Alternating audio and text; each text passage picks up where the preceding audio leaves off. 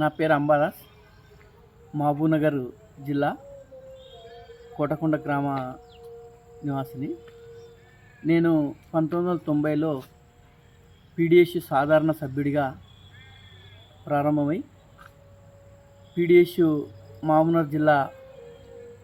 ఉమ్మడి జిల్లా అధ్యక్షుడిగా, కార్యదర్శిగా, పీడిఎస్ రాష్ట్ర ఉపాధ్యక్షుడిగా పనిచేసి 2008లో ఖమ్మంలో జరిగిన మహాసభల్లో రిలీవ్ కావడం జరిగింది. పీడిఎస్ అనేటటువంటి విద్యార్థి సంఘం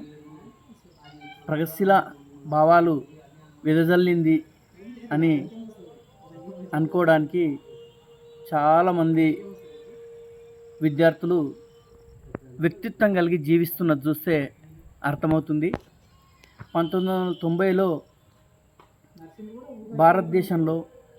లేదా ప్రపంచవ్యాప్తంగా చూసినప్పుడు సోషలిస్టు దేశాలు, ముఖ్యంగా రష్యా లాంటి దేశం పడిపోయి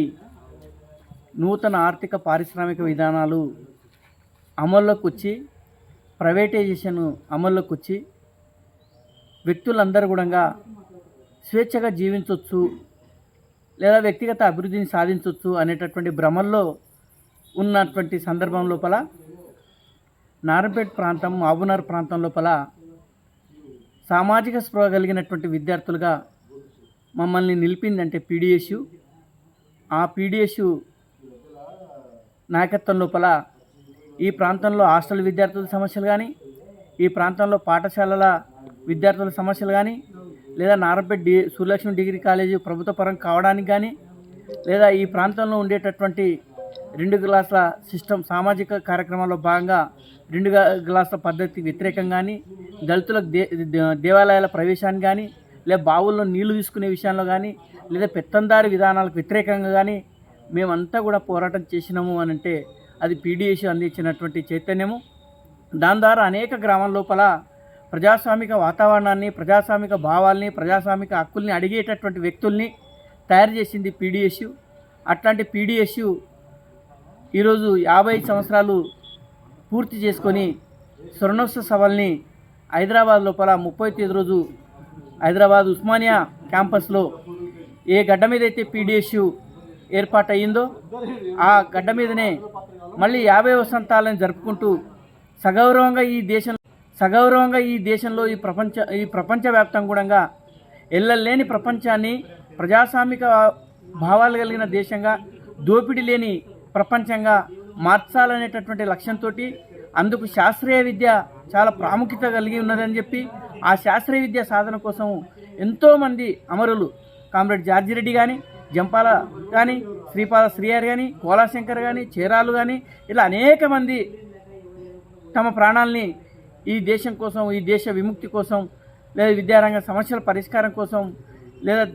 ప్రజాస్వామిక హక్కుల కోసం పోరాడే అమరులైనరు. వాళ్ళ అమరత్వాన్ని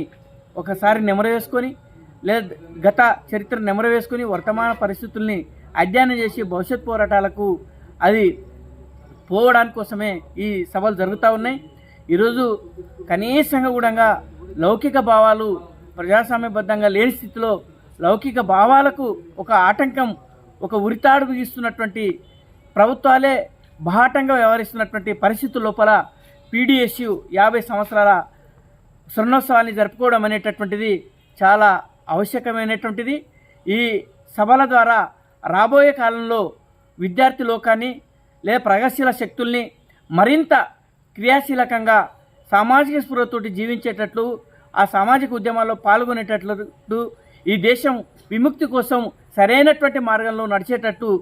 దోహదపడుతుందని చెప్పి, పడాలని చెప్పి ఆకాంక్షిస్తూ 30వ తేదీలో జరిగేటటువంటి ఆ సభ